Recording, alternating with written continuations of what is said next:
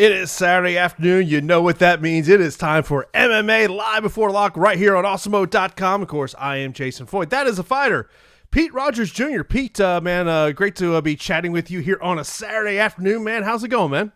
What is going on? The day is finally here.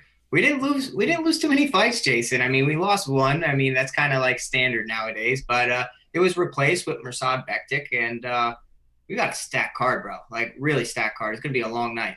Oh, yeah, it's, we got 14 fights tonight, a lot to break down here, DFS-wise. Of course, we are here to answer your questions, your comments, whatever you want us to talk about.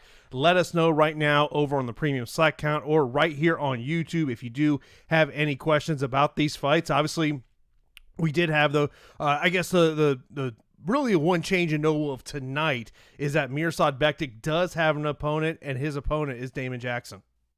Yeah. So Mirsad, my buddy, got a new opponent, and it's not a layup by any means, Jason. It's not an easy matchup. It really isn't. Damon Jackson's very talented. Didn't really have the best run in the UFC. He was in the UFC quite some time ago, and it has been outside the promotion for a while.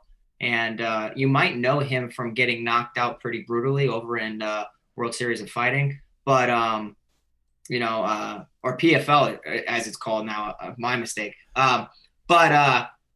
Jackson's very talented, and the thing is, he brings it. He like kind of gets in your face and throws heavy shots at you, and actually has a really good ground game. So I don't think that this is an easy matchup by any means. I think that Jackson represents a round one problem for a lot of fighters, and maybe knowing that he doesn't have the best gas tank, maybe he really guns for it. Yeah, I will tell you, when I was putting together my lineups this morning, and it's when you want to put Covington in your lineup and you want to put Chimaev in your lineup, putting a $9 Damon Jackson on FanDuel helps it out. Putting a $6,700 Damon Jackson on DraftKings plays out. I think the key with when you're breaking down who is going to be in your roster, to me, it is about you got to figure out which two betting underdogs do you want in your lineup. Yeah, man, if you don't like the 7K options or the baseline 8K options, going down to one of these guys that are a huge punt play makes a ton of sense to make a very nice lineup. At least you could probably get 5 out of 6 fighters correctly and hope that this 6th fighter comes through for you. Comparatively, you can look at Jackson or Mearshart. Who do you really like in their matchups better? And I think Mearshart really has a tough task set, ahead of him with Chimaev, because you're talking about a potential superstar. And, Mearshart has a ton of submission victories and could pull it off. But I think that's going to be very tough sledding and asking a little bit too much. Whereas, spending $6,700 for Jackson or $9 on FanDuel makes a little bit more sense, because Mirsad Bektik really isn't a superstar like Chimaev is. Yeah, of course, if you do have any questions on this fight, any questions, start lining those up right now in YouTube. We are going to get to them as we do go on. We will be here until 5 p.m. each time. Of course, that is when everything is going to lock. It was, I will tell you, I thought this was one of the tougher lineups to put together, just because of I feel so good with Covington. I feel so good with Chimaev. Look, in terms of the uber cheap options, I much rather take a chance on Damon Jackson than take a chance on Gerald Mearshart. That's just I think that should you if you're a multiple lineup player, take a chance on Gerald Mearshart. Take a chance on Damon Jackson. More on DraftKings and FanDuel, take a chance on Tyron Woodley. We talked about this on Thursday on the strategy show. What have you seen in the last 10 rounds of Tyron Woodley that all of a sudden you go, Woodley is going to start throwing those bombs? Yeah, you haven't seen anything. It's more of, just hoping that the old Tyron Woodley shows up because he hates Colby Covington. And, it's possible. It only takes one shot. But I do think the more likely scenario is that Colby Covington gets it done. It almost looks like Tyron Woodley is just like not even there, not present mentally while he's fighting. He's just kind of there. I do think that with so many fights, you don't have to reach too much. But if you only like the top options, going bottom of the barrel makes a lot of sense. And maybe Tyron Woodley lasts the 5 rounds, or is going to perform better than we're expecting, and maybe the extra 2 rounds in that fight, if it goes to championship rounds, could elevate his score. I think if you're a Woodley backer, you're counting on a first or second round knockout. Yeah, I don't like Pete. Can you sell me Tyron Woodley a 5-round decision with what we have seen from him in terms of the volume he does throw? Nope. I think you would be hoping for a knockdown to happen several rounds, and him to just be on top and have Colby Covington on his back, because I really just don't see, I just don't see how a 5-round would favor Tyron Woodley. The matchup, the pace, the work rate of, Colby Covington is just going to be a big, big problem. This is the thing about T Wood is this is kind of, I mean, you also have to remember he's 38 years old. So this is kind of the end of the road. When you look at, let's go back to his 5-round decisions. Against Damian Maia, he landed 57 significant strikes. In the rematch against Wonderboy, 54 strikes. The first matchup against Stephen Thompson, he landed 61 strikes. That is, if you believe that, he's not going to be able to knock out Colby Covington, I don't know if a 5-round Tyron Woodley decision win means he's optimal on whether we're talking about FanDuel or DraftKings. Yeah, I think the only performance that I can kind of point to that is somewhat similar to this matchup going against Colby Covington would be the Damian Maia fight. But Damian Maia has an extensive jiu-jitsu background and is one of the best grapplers on the planet, not at the same level of wrestling that Colby Covington is. So, if Damian Maia, and no offense, I train jiu-jitsu all the time, under Renzo Gracie, Rhode Island. So jiu-jitsu guys don't have the same takedowns that wrestlers do. It's just a fact. And if a jiu-jitsu guy is trying to take you down and you spend a lot of time around wrestlers, you can defend it pretty easily. So I do think that Tyron Woodley is going to struggle to defend takedowns, and Colby chains single legs to double legs to high crotches to body lock takedowns to snap downs. I mean, the guy just is like the Energizer Bunny out there, and I'm cool with that. Having an Energizer Bunny for 5 rounds, sign me up. Yeah, I mean, I will tell you, I have multiple lineups on FanDuel. I will pretty much tell you I split the MVP between Covington and Chimaev, but my sneaky MVP, because I was sitting there going, who is my sneaky MVP? Who am I going to go to and say, this guy is my sneaky MVP? I went Tyson Nam. I don't hate it. I don't hate it at all. I didn't go too heavy this week just because there's so many fights, and when there's so many fights and there's so many different options, sometimes you could not have the optimal based on how many different outcomes could possibly happen. So, I do like Tyson Nam in the fight, though. I think that Rivera is not on the level that he is. Rivera represents a grappling problem to solve, and I do think that Tyson Nam has good takedown defense, sprawl and brawl type of approach, kind of similar to Chuck Liddell, and has knocked out plenty of talented fighters.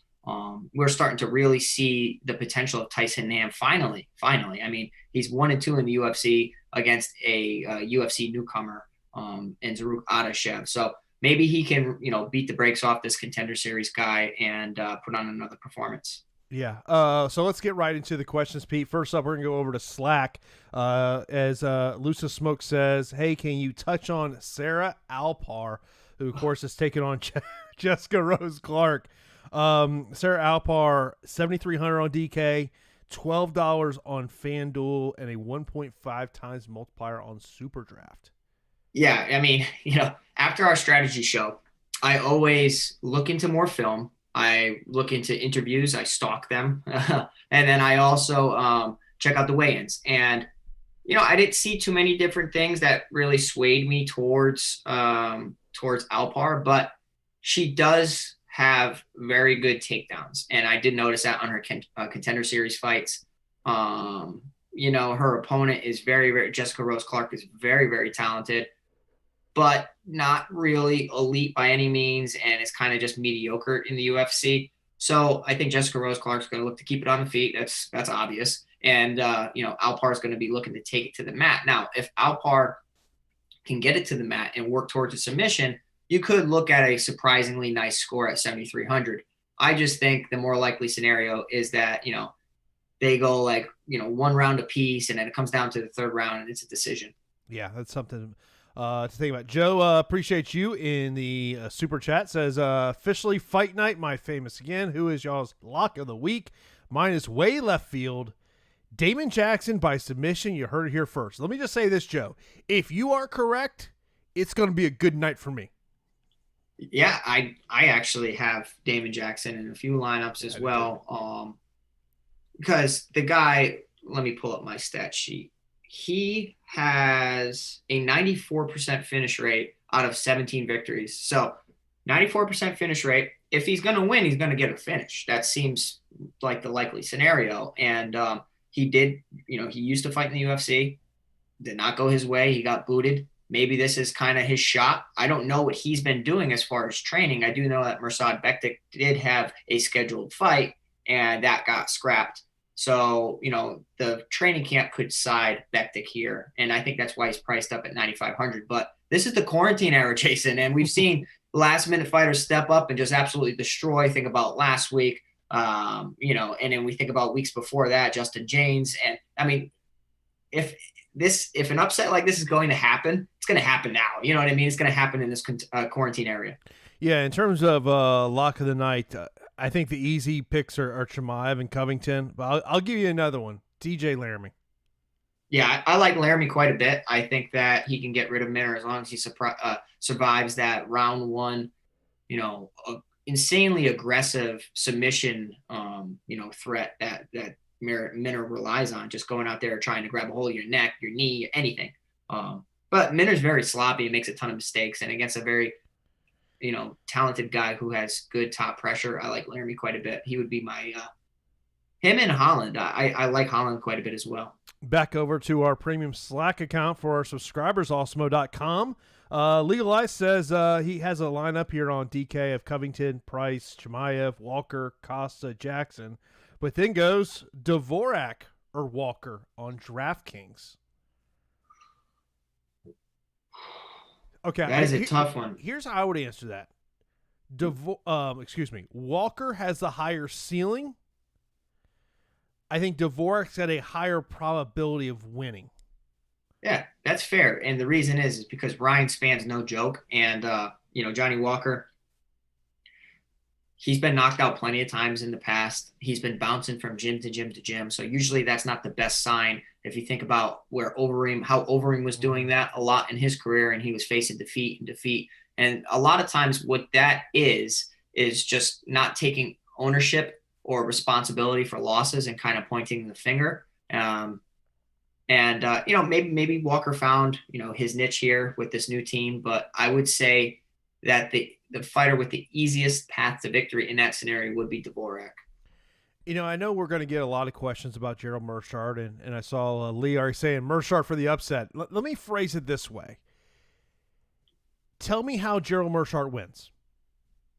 He has to catch his neck, and, Chimaev is going to try to take you down. So 2 things have happened like crazy, and that's against favorites and where people are just going in and just not respecting the other. They leave their neck out there or they leave their legs out there. So Meerschaert should be looking to capture the neck through guillotines, Darce chokes, anything that he could counter a wrestling shot, stuff a shot and counter off of.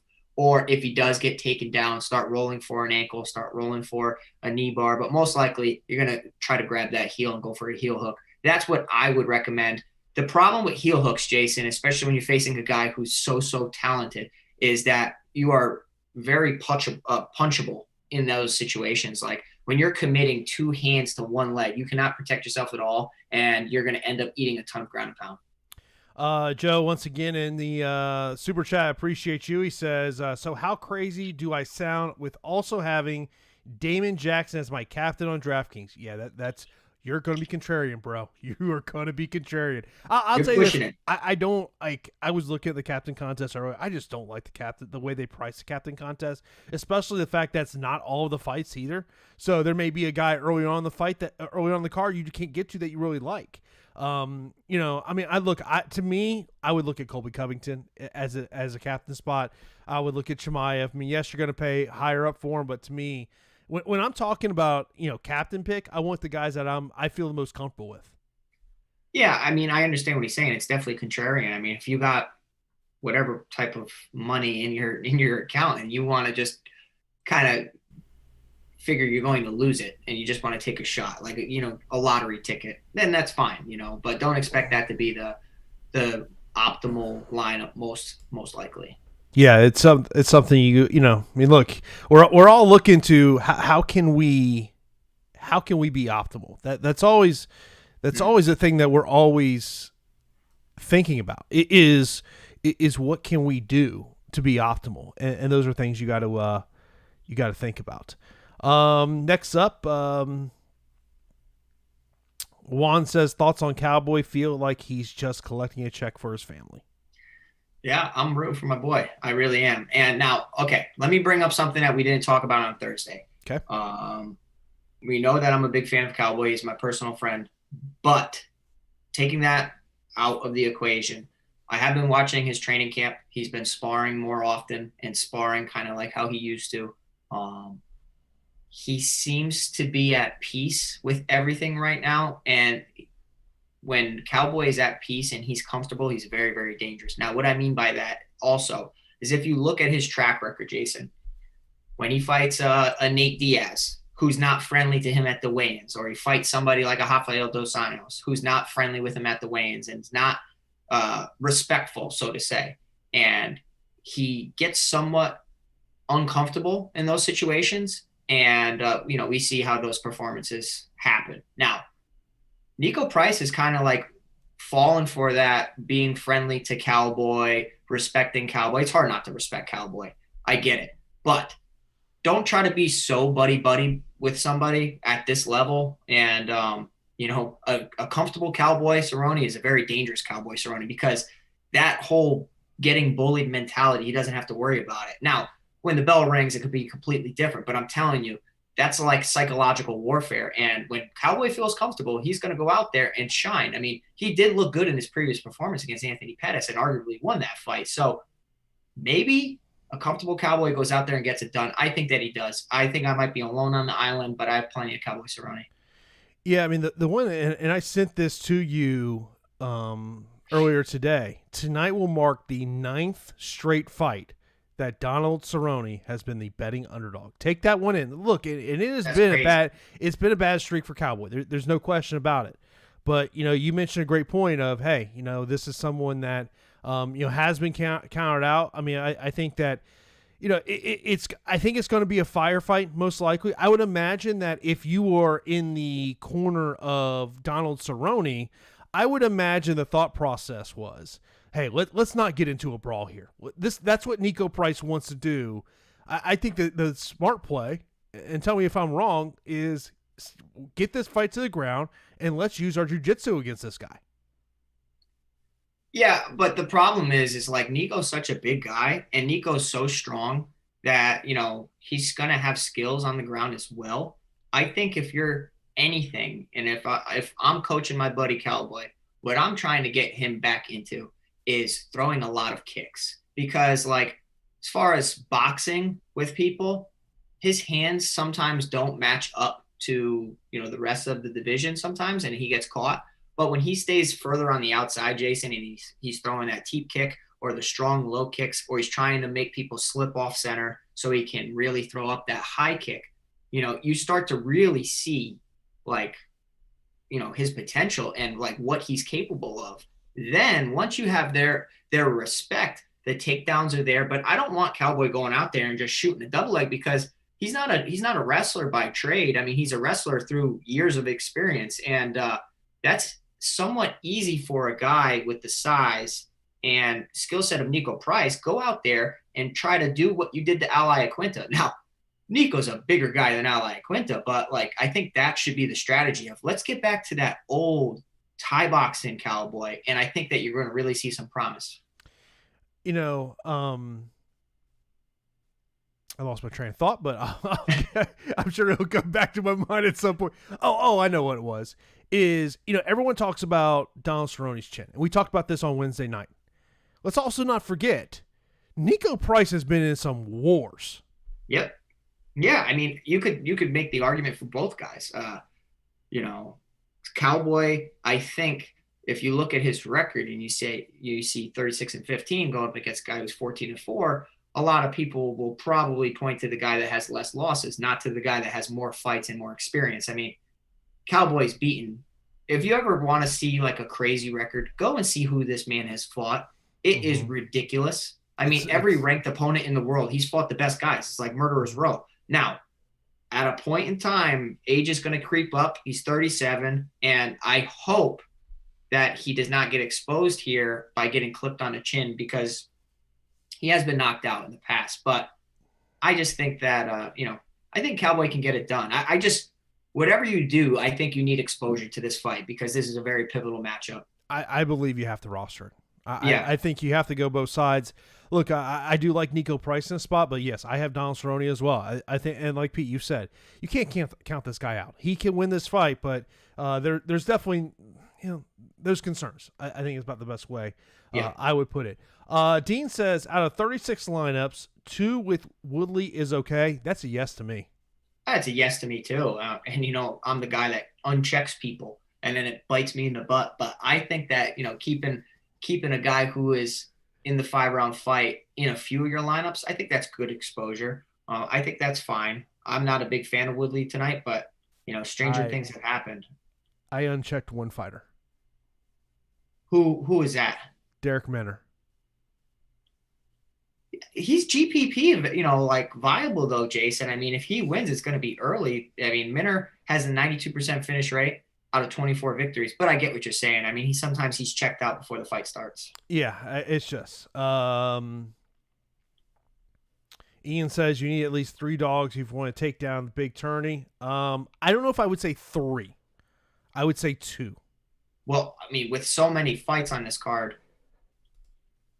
I'd probably say, at least 1, obviously. 2 is probably the number, though.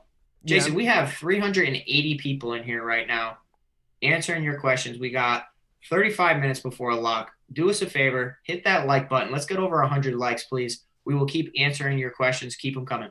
And by the way, also, if you want to get access to our ownership projections, go to Awesemo.com right now. Sign up for MMA Weekly Pass for $8.95. This gets you ownership projections, the top fighters tool, everything that we do on a daily basis gets you right there. That MMA Weekly Pass. Sign up today, Awesemo.com/join, and add Fantasy Cruncher to your account. Trust me, you will not regret it, as it will help you develop these lineups. Yeah, looking at some of the betting lines as we currently sit. Let me look and see the line movement over the last hour. By the way, you can go to Awesemo.com right at the top, Odds Shopper. You want to look and see if you're looking to place some bets on the fight. So over the last 24 hours, the biggest movement is Khamzat Chimaev, who is now minus 450. Remember, this line opened at minus 610. So people, obviously we've seen some hype busters loose over the last couple of weeks, so it makes you wonder if that's kind of some people's thoughts there. Yeah, I think it's just people just digging and searching for, this guy is, on paper, right, Jason? 31-13 against 8-0. Like, that should not happen. That's like, how boxers build fighters up is, going up against a guy who has 13 losses. But in MMA, it's completely different. And I still don't think Meerschaert gets it done tonight. Yeah. Yeah, I find it tough to believe that he gets it done.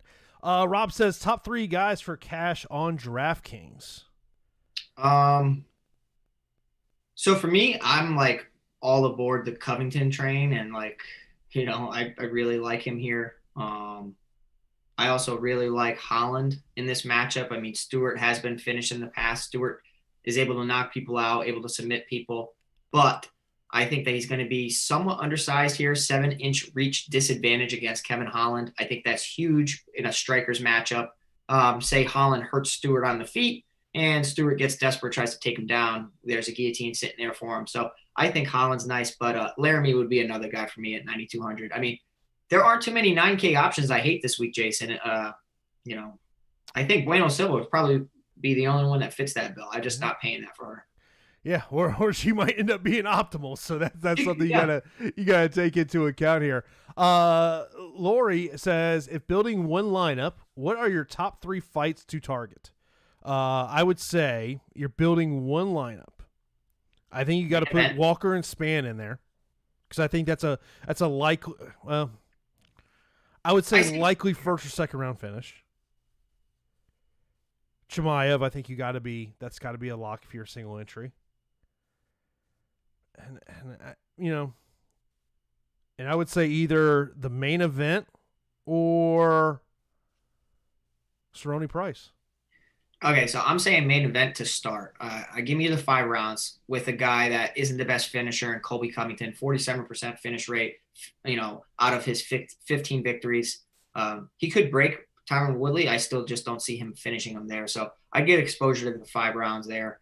I do think that Price and Cerrone is pivotal. I think that fight is somebody is going to be looking for the finish. Something to worry about though, Jason, is when people are buddy sometimes and you have so much respect for each other, you respect your opponent too much, so you don't engage too much. I hope that's not the case here. I do think Chimaev fight is one to target, whether you're on either side. Yeah, I think it's something you have to look at. Next up, it says, Machiavelli says, would you guys recommend Cerrone and Holland or Walker and Price? It's an interesting one, Pete. Yeah, I like the way, our listener is kind of building this lineup because I can see what he or she is doing. I would say the first one with Cerrone. I would say it again. It was Cerrone and who? Kevin Holland. Yeah, I like that a ton.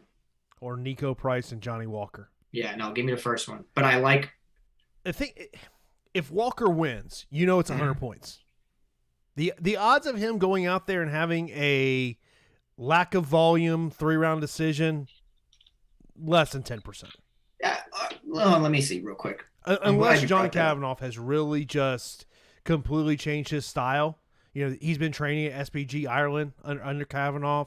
I believe Misha Serkinov is going to be one of his people in his corner. So, You know what happens sometimes, Jason? Early on in my pro career, I was making some mistakes, right? Because it was like the bell rang and it was like sprint immediately, like going out there trying to get it done as fast as possible. And when that happens, sometimes you make some mistakes and you get caught. And I think that's what we've seen with Johnny Walker's aggressive style. Now, when you bring in a mind like a Faraz Zahabi, and now a John Kavanaugh. And let's just say he went from Faraz Zahabi to John Kavanaugh. So it's almost like he's trying to have a trainer rewire his brain of how to relax in there and reach his potential. So maybe he's going to go out there a little bit more patient. It's tough to say. I mean, if you look at what they've done in their history, that fight should be fireworks. Next up, Scott over on Slack says Walker and Jackson or Spann and Woodley. God, I only like one on each of those. I'm not on Woodley, so give me the Walker Jackson. Yeah, I would agree with you as well. Hoodie says Dern or Costa for single entry FanDuel. They're both $16. That is crazy that they're both $16 because Dern on FanDuel is $8,700. And Costa is $7,800. So they're the same over on FanDuel. I think Randy Costa, a guy that I know, when we know his coach really well, my coach, I think you're looking at a head kick here. I really do. I think that the size is going to be a little too much. 4-inch height advantage and a 6-inch reach advantage. Give me Costa. For us that know Randy, you saying head kick is not a shocker. Yeah, no, I mean, watch. Okay. If Randy Costa doesn't throw a head kick, I'm doing 50 push-ups live. Yeah. All right? Bro, that's a safe bet. That's a safe bet. Yeah. That's a minus 1,000 line. The question is more of, is a head kick one of his first 3 strikes he throws? True. It's like that. It's like those, what are they? The prop bet of who's going to score the first bucket. What's going to be the first significant strike thrown? It's Randy's head kick. Dude, I think he had a fight where he threw nothing but head kicks. To say he loves head kicks is an understatement. Understatement, yeah. And he'll tell you it. I remember the first times I interviewed him, I was like, man, watch these fight, man. You love the head kicks. He goes, oh yeah. Throw them all day long. You know why? Because you don't have to be perfect with it. If my shin taps you on the chin or taps you on the head, or even when you block, a lot of people don't realize when you block a head kick, you still absorb that shock and you will still get knocked out because of it. CA mentions this point, and I'm not saying I agree with it, and I'm not saying I disagree with it. Saying Chimaev won't reach value. Now, here's a question: at his price point of 9,400 on DK, what is that value? Is it 130 points? No. And for whatever reason, Fight Metric loves him on the ground. By the way, yeah, it's true. Let me just say that when a guy is so tough like Gerald Mearshart, you could be looking at a Romanov type of thing where the guy's going to accumulate a ton of strikes, a ton of transitions, a ton of everything. Like, we want Mearshart in this fight to give a little resistance, to get back to his feet so he can get taken back down, to sweep so he can get reversed, to dive. You know what I mean? Like, make the fight semi-competitive so that our guy Chimaev can go out there and accumulate, statistics. And I think that's what we're going to see here, because Chimaev in the first fight against John Phillips, that was ridiculously easy, and he scored, minimal for his salary, but got it done quickly. I think that you could see him scoring pretty high because of stats here. Well, we got about 400 people watching us right now. We only got about 118 likes. Let's get that up over 150 here in the next couple minutes. That does help myself and Pete out a lot. Also, if you're not subscribed to Awesemo, hit that subscribe button, notification bell. Coming up here today, we do have MLB Live Before Lock, also NBA Live Before Lock as well. Carter says, worth playing both Woodley and Covington in the same lineup on DK. My answer is no. No. It's not, for me, it's not like it's Covington against Usman, where in that fight we thought, you're getting a guy who's minimally priced that could outperform his salary. I don't see Woodley doing so. Johnny says, tell me why I should take Spann besides his winning streak. He's a better martial artist. Look, Walker has incredible talent, but when you look at his previous losses, what you have seen, yes, he got knocked out by Corey Anderson, but his last fight is the better martial artist won. I have gas tank concerns with him as well. Ryan Spann is hittable. I will say that, though. Yeah, Ryan Spann's hittable. Ryan Spann does come from a better camp. Now, the reason I'm saying that is because it's a consistent camp. I don't consider Walker 6 weeks or 8 weeks or however long he's been there, to say that's at the level of, Spann at Fortis MMA. Fortis MMA is a staple in the MMA community right now. They're hot right now. I think that Ryan Spann also has more ways to win. I mean, Johnny Walker's going to go out there and try to take your head off for the first round. But Ryan Spann can literally answer all that, kind of how Corey Anderson did, and he can take you down whenever he wants. It's almost like Johnny Walker's facing Corey Anderson all over again. Next up, Hugh says Woodley is too emotional to win. I don't get that at all.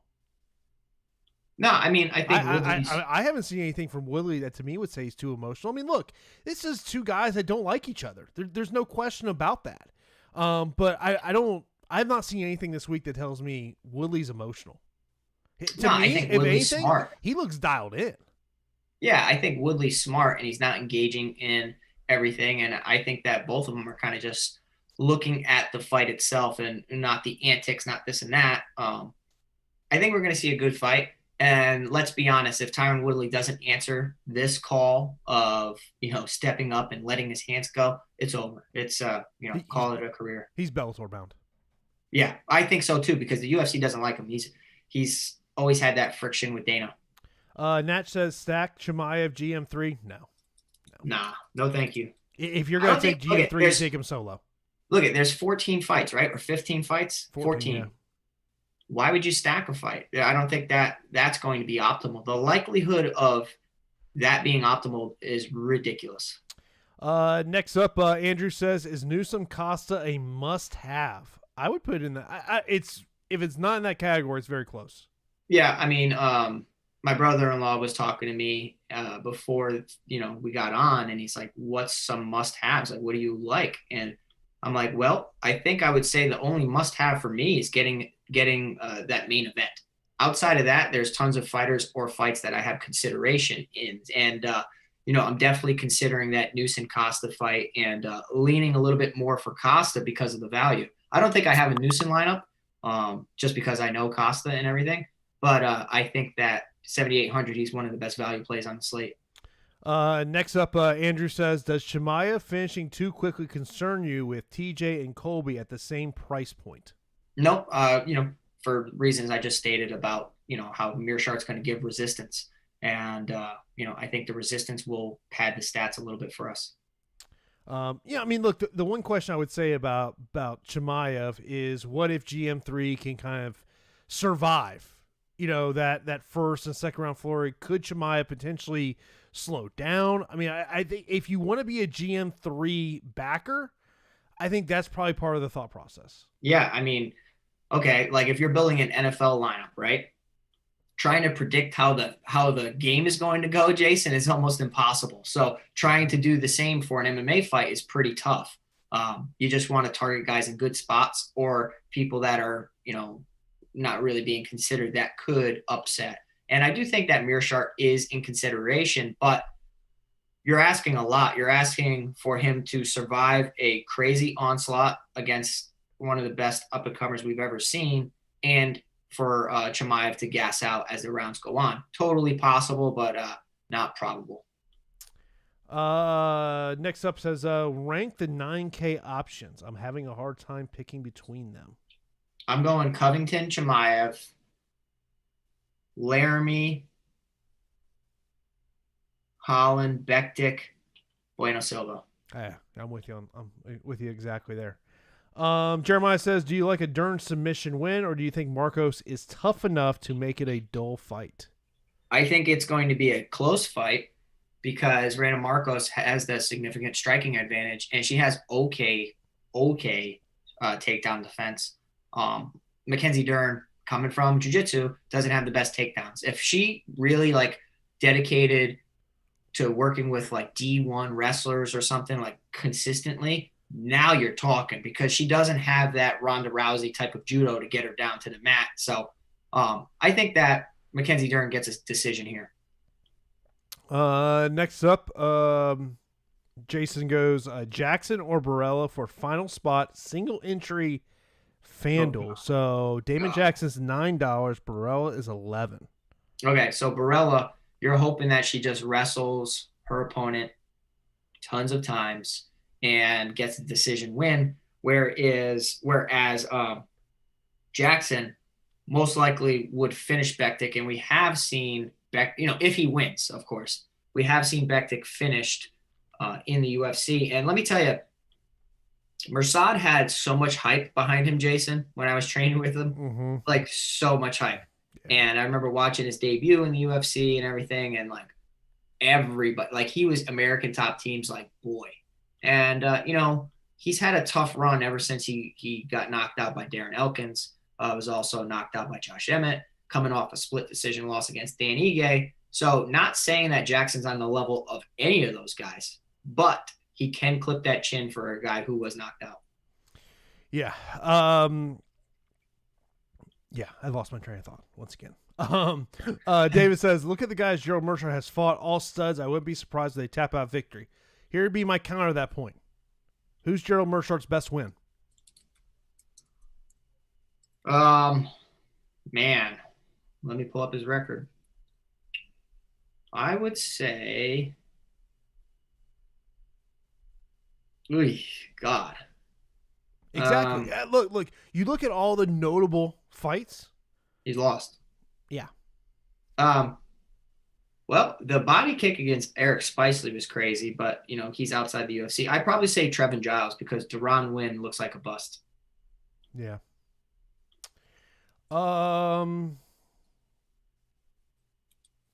What do you guys think of a DraftKings lineup as Bektic, Cerrone, Chimaev, Dvorak, Walker, and Woodley? I don't like Woodley. The problem with Woodley is It's just the lack of volume. Like, if he gets a first round victory, okay, yeah, then he's going to be optimal. But I just think that he won't stop Covington. I think that this fight's likely going 5 rounds, and I'm concerned with a lack of volume from Woodley. He's a counter striker. I can't do it. I can't roster Woodley. I just can't. I don't want you guys to have the same saltiness that I do towards Woodley, but I've been burned too many times. I'm not going to that well. Next up, Joe in the super chat, appreciate you. He says, last spot remain on my roster, Holland or Dern, and who has the better shot of finishing the fight? I say Holland.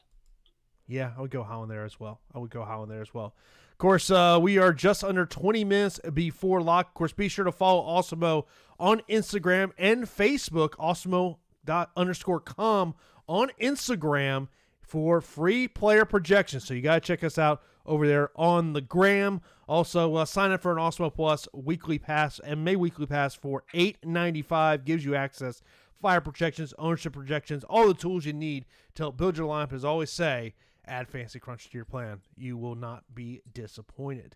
We got some intelligent listeners, man. We really do. And I want you guys to pat yourself on the back because you asked some great questions. Next one says, who would you prefer, Mender or Stewart or Alpar as a last-minute fill-in? Just looking for best chance at a W. Thanks, guys. Big fan of shows. Appreciate it there. Yeah, appreciate you.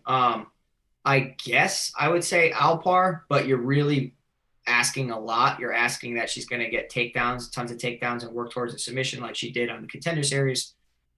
Hey, I don't know, man. I don't know.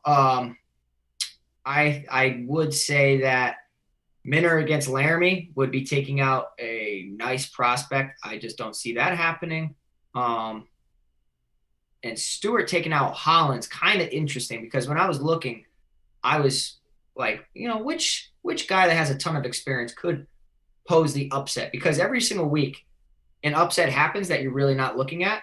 And Stewart could. I mean, he did get a nice guillotine win over Maki Pitolo and does throw bombs. And we have seen when Kevin Holland is in bad situations, he could be finished. But most likely, I think he's on a roll, man. I think Kevin Holland's too nice. I just want to mention here because someone mentioned about it, said it's sad Cerrone only made $200K from McGregor fight. He deserved $1 million. That is disclosed salary. That is not the real salary, folks. Do not, when you see fighter made X for a fight, that is the check he got from the commission that night. That is not the real payday. Not the real payday at all. At all. Yeah, because that doesn't include anything. That doesn't include pay-per-view points, nothing else. There's other things go into it. So when you see disclosed salaries, that is just what got reported to the commission. That is not their true pay. I am sure. Sure, he's taken care of very well. I am sure Cerrone, if he probably made a couple million for that fight. Matthew, thoughts on Jordan Espinoza? So Jordan's good. Like, Jordan is very good. He's talented. We got 15 minutes till lock. Awesome. He's talented. He stays on the outside. He throws good combinations. Does have decent wrestling, but for some reason he gets taken down. His takedown defense comes in at 88%, Jason, which is awesome. But if you think about his losses in the UFC, it's when he gets taken down that one time. You know what I mean? So maybe Dvorak just lands one and is able to work towards a submission. At 18-3, I still think Dvorak gets it done. But Espinoza is not terrible. It's kind of like that 8,200, 8,000 fight this week. I don't think I have a lineup with it. Yeah, I don't have much Jordan Espinoza at all. Next up, Johnny Walker or Mackenzie Dern for DraftKings cash. Ooh, okay. So now we're talking cash, right? Cash, you want to go the safe route of who should get the victory, right? I don't consider Johnny Walker safe, Jason, and I don't consider Mackenzie Dern safe either. But in a vacuum, Mackenzie Dern should win in the fight against Randa Marcos. As far as what she was hyped up to be, the prospect that she is.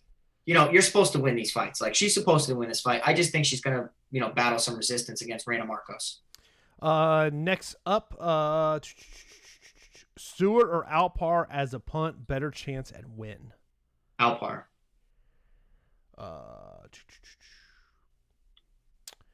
this is from Joshua. He says, whose chin do you trust more, Walker or Spann? This fight will be in the optimal. It's a good question. Goodness, great. It's a good It's question. a tough question.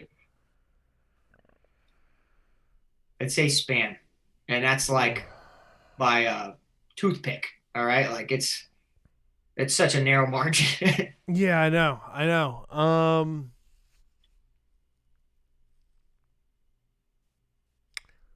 If it's early in the fight, I say Walker. Later the fight goes, less trust I have in Spann.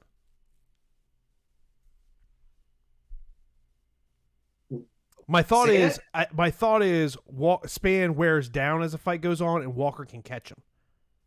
Really? Yeah. Okay. But look, I think it's a fight you have to have. I think it comes down to I ended up doing chin versus gas tank. I think that's the issue because I don't think that Ryan Spann's hittable, but Ryan Spann seems like he didn't have the best weight cut. It seems, but sometimes that's all just like I don't know. That's all an act. I want to say I went 40% exposure on each. Okay, that's fair. Didn't go all the way in on it, but I've got a good amount of exposure on it. And that's where you and look, that's where you can use our ownership projections as a way to kind of, look, if you're doing those crunch and you got 100% Colby Covington, but he only has 40% ownership, well, why are you going 100% Colby Covington if you're playing multiple lineups? Yeah, I mean, I guess the hope is what I kind of hope on is that the guy that I'm being bullish on is just going to completely be like the number one optimal play in the world, and I'm going to have every combination of them. Doesn't always happen that way. Stewart or Mender for the upset? Give me Stewart. Yeah, agreed.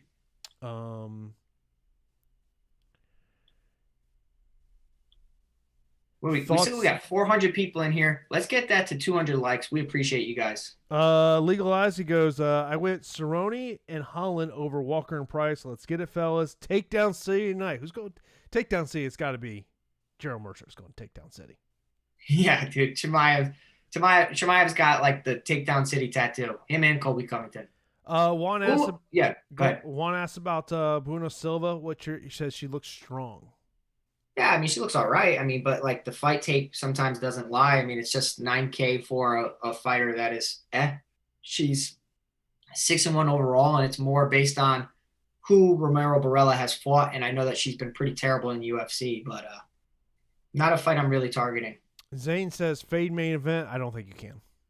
Hell no. Don't do that. Could Espinoza get a bunch of takedowns and grind out a decision? If I think anybody's going to wrestle, I think it'd be Dvorak, but never know. Best 8K range 2 for cash. Who are we not talking about, Jason? Jordy Newsom. What about Andre Ewell? It's funny you mentioned him. I was looking at, because his ownership is low.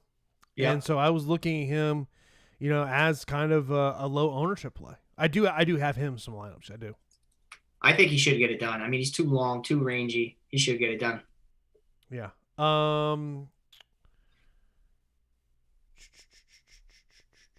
Best MVP. I think it's Covington. Yeah. For me, or Chimaev. Tyson Nam or Andre Ewell for DK Cash.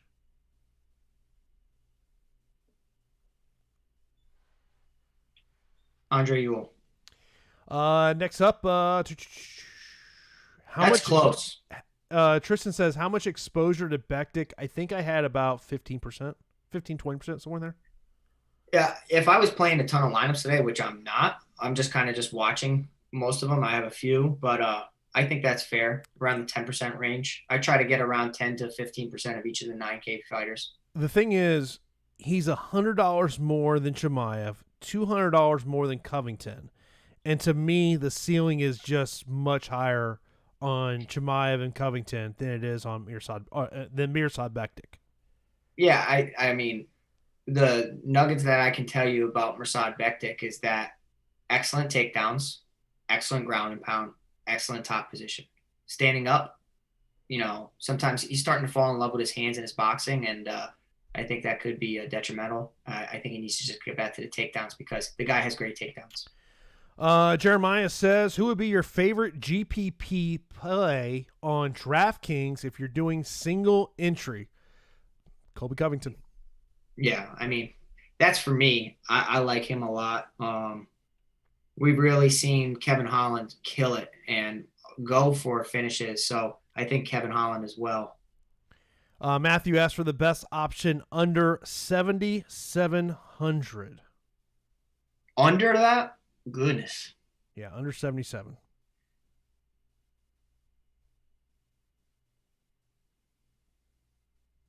Man, it's ugly out there, huh? Is it Rhonda Marcos? Nah. I think that she probably, of the 7K options under 7,700, she probably has the best chance of winning. But I'd have to say Sarah Alpar, I guess. Yeah.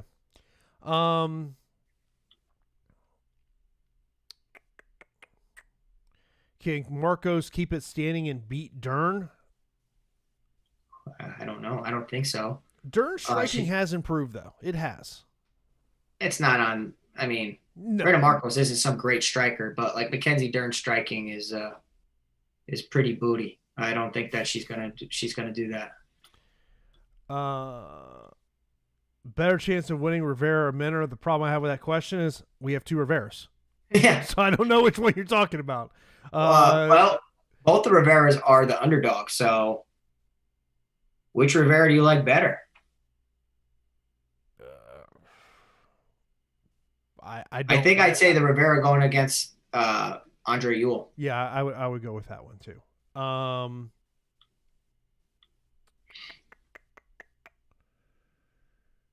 Price, Dern, Nam, or Ewell? It comes from Cameron.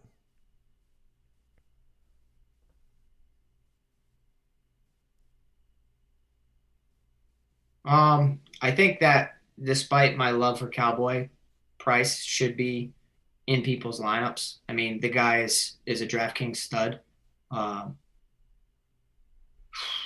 Yeah, I would say that. Or Nam. I think Nam's in a nice spot. Let's get a couple here before we get out of here. Stewart or Jackson, DraftKings single entry. Jackson. Do you like Covington and Laramie lineup or Covington and Chimaev lineup on DraftKings? I would say Covington and Laramie just because it gives you more salary, but I think Chimaev has a higher ceiling than both. Laramie or Holland? Laramie or Holland and Nam or Ewell for DraftKings cash? So I'm guessing he's saying Laramie or Holland plus Nam or that's a confusing question. Sorry. I like most of those people, if that helps. Laramie or Holland? Give me Laramie. I would agree. I mean, Mender gets finished quite a bit.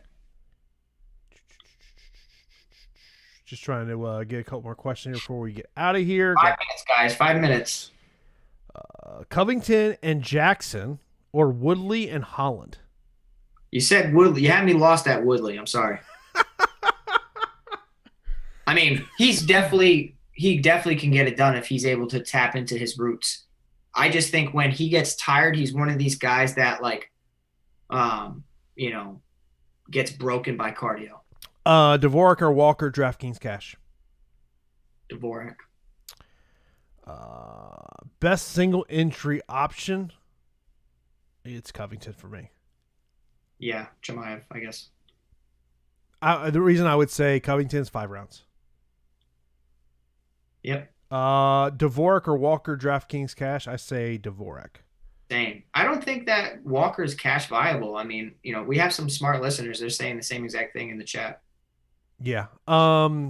Someone asked about Covington's price points on FanDuel. I'm paying it. I mean, yeah, it's high. It's high. $23 is high. No question about it. Jackson or Barella, single entry FanDuel? Jackson or Barella. All right, let's think FanDuel. I'd say Jackson because of the round 1 bonus over there. Yeah, that's something you got to look at. It says if you think Walker wins, use him in cash. It's that simple. The problem is I think it's a 50-50 fight. That's Yeah. you know. Yeah, I would say that that's a very tough fight. I mean, if you just because we're saying cash, you can play cash lineups in GPP, and then sometimes those cash lineups exceed a lot of people's GPP lineups.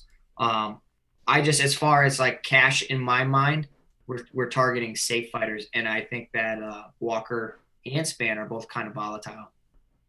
Yeah, it's something you got to look at. Just a couple more minutes here before we get out of here for this live before lock show. Of course, the fight's about to start here on ESPN Plus. So hopefully it's a good night of fights for everyone. Hopefully it's an enjoyable night of fights. It's as the final UFC event before they head to Fight Island.